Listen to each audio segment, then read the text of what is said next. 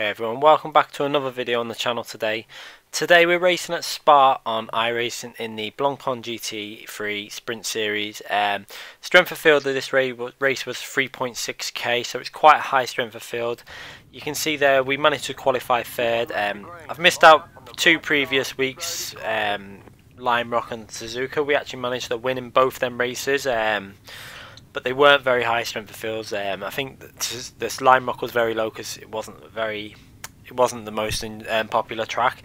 Suzuka we did a bit better. It was a 3.0 strength of field, I think it was, or a 2.9. We managed to win and got a nice result, reasonable amount of points. Not a track that I expected to do too well, but we actually did better than I thought. I had a chance of getting a good result in quite a high strength of field, but I forgot to put fuel in at the start. Just a stupid mistake. But we're joining now. Spa race, very popular track. A lot of people were taking part in this track because of the 24 hours of Spa, and you had a lot of fast racers joining these races for practices, etc. And this was after the 24 hours of Spa, so most people racing these races had done a lot of practice. We had raced it quite a few times. We got the setup a little bit better after a few changes for the race. Still not perfect. It was very dependent on conditions, and the tyres were still going a little bit too fast. Still not there with the setups really. I took the main part of this setup off of Nicky Film off of YouTube, and then adjusted it to my liking. Quite a few changes I actually made to the setup over his, but let's just concentrate on the race. So starting the race, I'm going to just give you a brief little description, like start the race, and then I'll let the video play through, and then I'll come back at the end for a few incidents at the end, which I feel I need to give my opinion on. I wasn't too happy, but we still got the result that we wanted, so I advise watching this all the way through. It's not the most action-packed race, but it's the first race that I really feel I've had performance in the car. You can see they're starting third in the high strength of field. Some fast drivers in this race. You see there we got Raul Diego on the left there, very fast. I think he's won about 50% of the races he's entered in this series so far in the top split, so he's very fast. And Lopez up front, very fast, but I've noticed he seems to have a lot of issues in the races. Seems to have quite a fair amount of issues when it comes to the actual race. He's always got the speed, but the aim was just to stay as close to these guys as possible, because I know they're faster than me on this game at the moment, but give it 6 months to a year, hopefully we can be a lot closer to these guys up front. I think I'm doing well. I think my Iracing now is sitting on nearly 4.4k. If I get the setups right, I know I've got the performance. In qualifying at one lap when the setups are really aggressive, we seem very good. As you can see there, it's the green light go, and we actually got the jump on Raul Diego. He actually lost a place at the start there. It's quite an advantage to be on that inside line for the start of the race, because you can see when the leader's going. So I managed to skip myself into second position, and the aim was now just to hold on as long as I can and just stay as close as I can coming up to the pit stops to Lopez. He's an extremely fast driver, and it's always going to be a challenge to keep with someone driving a McLaren that knows how to drive and has got it set up properly. So you can see there, I just didn't want to go too aggressive at the start, just keep it nice and smooth. I think he actually makes a little mistake going too deep into this right-hander now, the off-camber corner. This is why I always stay very tight to the inside. You can see there, he goes very deep in. Has to get on the brake a little bit later. I always stay close to that right-hand side because it's off-camber. Seems to give you a nice line through the corner. You can see now, we're holding on as much as we can to the guy in front, and I think we did very well in this race. You're going to see, coming up to the pit stops, we weren't too far behind. It just shows you that how much progression we're making when the setup's right. These conditions weren't the fastest conditions. I think they were reasonably warm. You can see it was clear sky, so I think the track was slightly higher than what would have been ideal for my car setup. But we made a few changes, like I say, and it definitely helped in the race.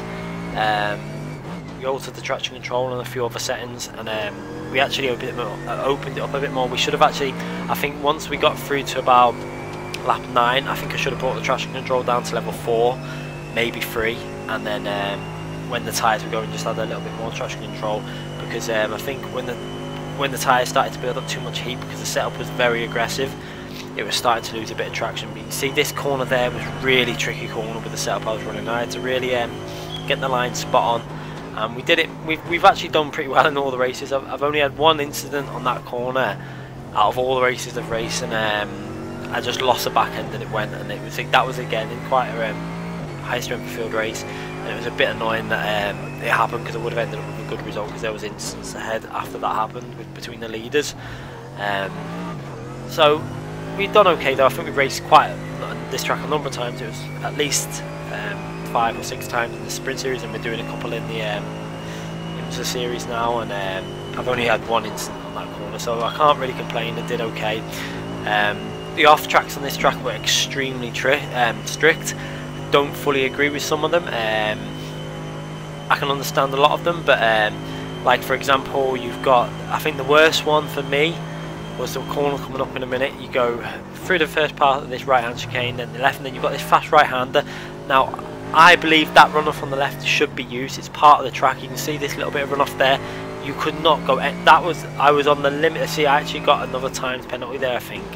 I don't know if it was from that corner or a previous one, but you basically couldn't go any further over than that, and I think I actually got the times 1 then for doing that like that. Little bit of aggressive, and even this corner here now, this left-hander, that was pretty much as close as you can run wide there. If you go any further wide, you get another times 1, so it's very strict, but everyone has to, that's the thing I like about iRacing, everyone's got the same rules, you know, it's a limit of 17, everyone's got them rules, no one can really complain, because if you run over the limit, you know the rules are there. And the only times that I've had a little bit of thing is in the IMSA series, 75-minute race at this track at the moment, and I got hit twice, and I got times 4 from getting rear-ended twice. So I had I could only get 9 times 1 penalties for basically 70 minutes of driving on this track. That's not as easy as it sounds, trust me. I had to literally crawl around. I actually managed to win that race also, but there wasn't as much competition in the race in the IMSA series, but it was still reasonably competitive. There was a few guys from the Blancpain series in there, but it was extremely tough. But concentrating on this race, and you can see we're not getting dropped massively by Lopez. I think he's pushing reasonably hard because he wants us out of the slipstream, and I know that he's got the pace to do that. He is definitely faster than us, and the interesting thing for me was I was managing to build up a gap behind me to 3rd place, who was helping me out quite a bit at this stage, keeping Rail Diego behind him. Really important for me to get a gap to him, because I know he is faster than me. I'm not going to argue that point. Definitely a faster iRacer than me, but at this stage we're pulling away because of obviously being able to build up the gap with that person in between us. I'm going to let the rest of this race play out. We'll come back at the end anyway. Hope you enjoy watching this. You can see, hopefully you can see the progression I'm making in iRacing, and I've just got to keep it up. I apologise for the lack of a lot of content recently, and I haven't had much time. I've been just trying to concentrate on actually racing and getting there in terms of being fast. I don't like obviously not having the speed, so I've been trying to get myself as close to the speed in practicing, and not really been on a set of course for too much. I have been on it on doing a setup on Monza for the 911 Cup on the PC version. I've got it really nice, drivable and nice. I just need to really do a video for it, but at the moment I'm concentrating on iRacing just to try and get myself up to the speed that I feel I need to be. You can see the competition on iRacing is really hard. It's not like other games, so you really do need to give it a lot of attention, and I've not had much time in my free time to do many videos recently, so I just wanted to give you guys an update on what's been going on in iRacing. Obviously the 2 wins in the Blancpain series, got my first win at Lime Rock. Wasn't the most because of the strength of the field wasn't too high, but it was a top split race, and then we got one in Suzuka, which was a bit more of a harder top split race, and it actually I beat one of the very fast guys in the GT3 in that. And then we've got this race here now, which I wanted to share with you guys, and then we'll come back towards the end of the video, a couple of laps before the end, so we can go over what's going on in the race. Anyway guys, enjoy the race, and I'll be back towards the end. Thanks for watching.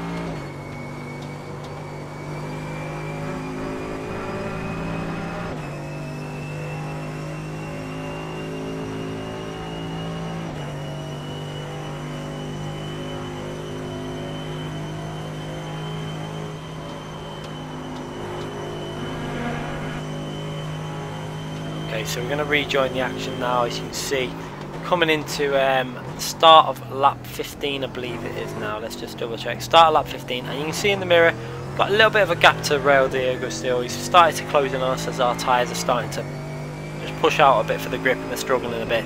But look into the braking zone. We brake about the right time, going into turn 1, and then we get rear-ended massively.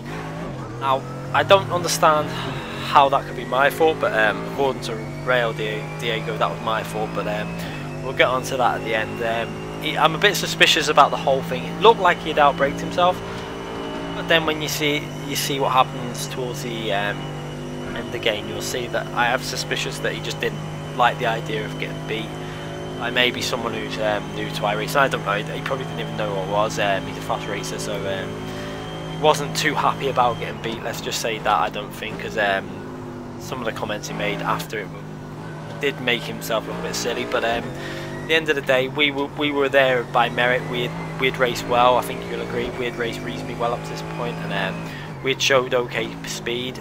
Towards the last few laps, tyres were giving up. I'd say in the last like 5-6 laps, I think I needed to work on the setup just a bit towards the end, but we had great pace up to that point, which put us in the position we were in now. You know, it helped us out in terms of getting a gap to the other guys. You can see, I think after ourselves there was quite a bit of a gap between 3rd and 4th, etc. So we were doing okay, and obviously in the pit stop you would have noticed that Lopez disappeared. I don't exactly know what happened to him.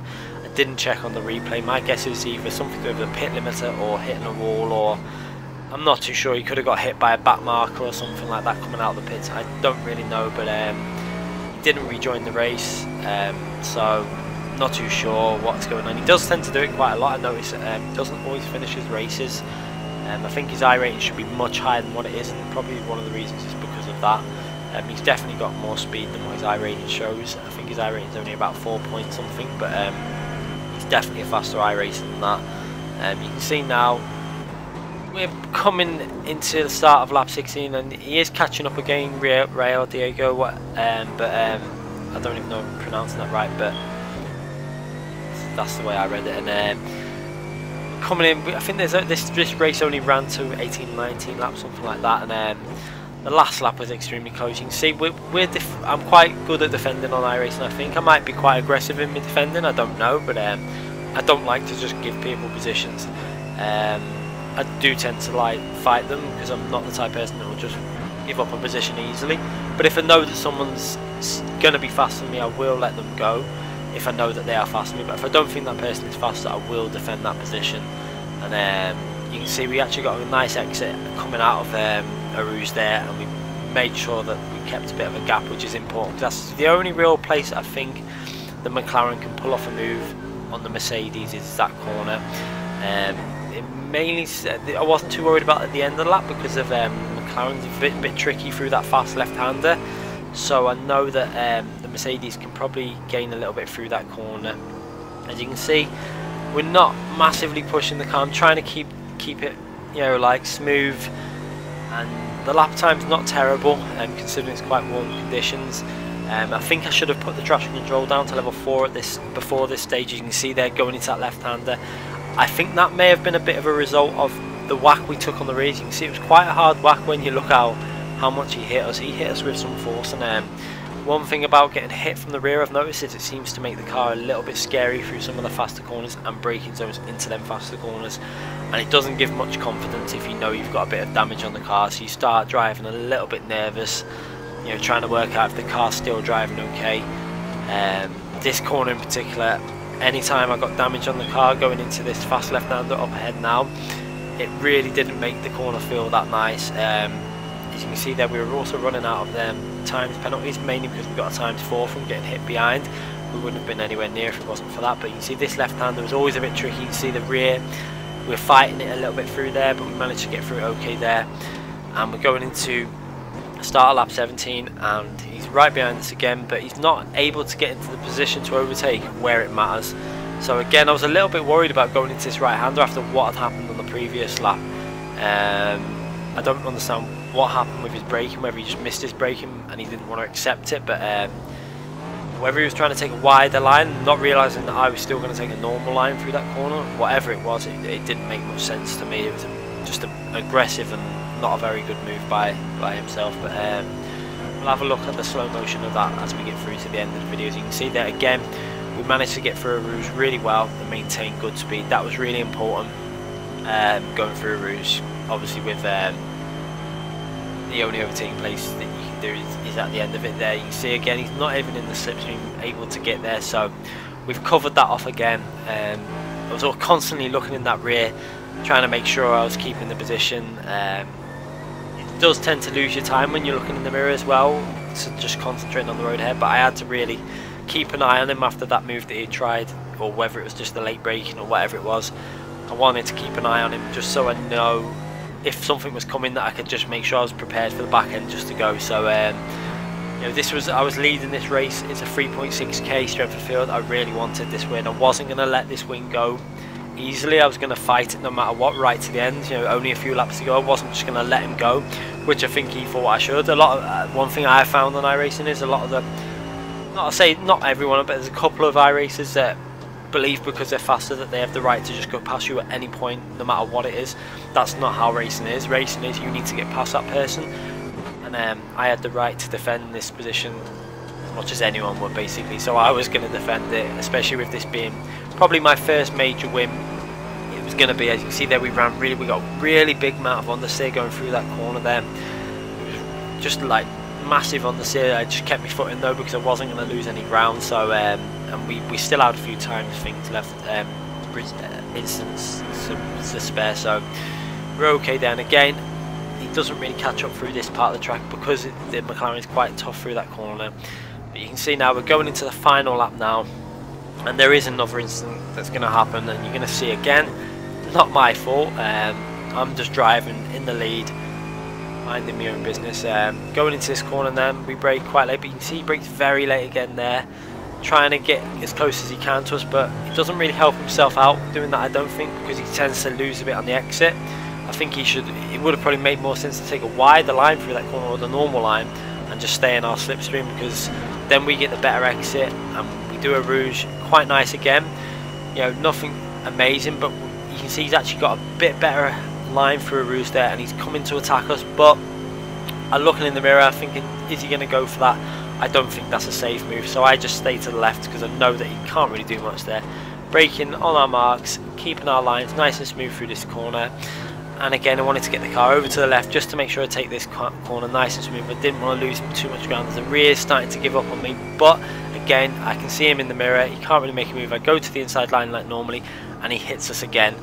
Now, it didn't give me a times penalty for that one, but I think that's because the speed he hit me. But again, he hit me into that corner, and I was just taking my normal line, and he didn't like it. He said a few things in the comments after, but I don't see how any of it could be my fault. I was just taking my normal line again, and to me it looked like he wanted to bump me out of the way and just give me a little nudge off the racing line so he could get past.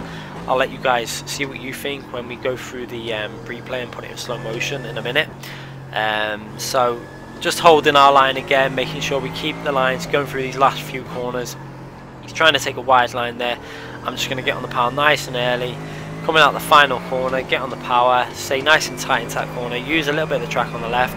You can see he's actually ran wide there. I don't know if that was deliberate or I don't know. The way he was driving, it probably was deliberate to try and get a run on us going into this corner, but there's no way he's going to make a move down that left. And then going into this fast left, I know my car's Mercedes is quite good through there, but you can see we had a massive rear end. I could tell you I panicked a bit on that moment there, but we held it together going into the final chicane, trying to keep it nice and tight. The back end's starting to give up on me now. This is why I think I should have had 4 traction control, but managed to get the power down okay, and he's on our left, and we take the win by just under half a second. But we take the win, and I wasn't really happy with the few bumps he had given me in that race, and I don't know why he thought that was my fault, but it was clearly. We're gonna have a little look now. So going into the first instance, you can see now, looking behind us in the braking zone, you can see I don't really see what we did wrong. He hit us there.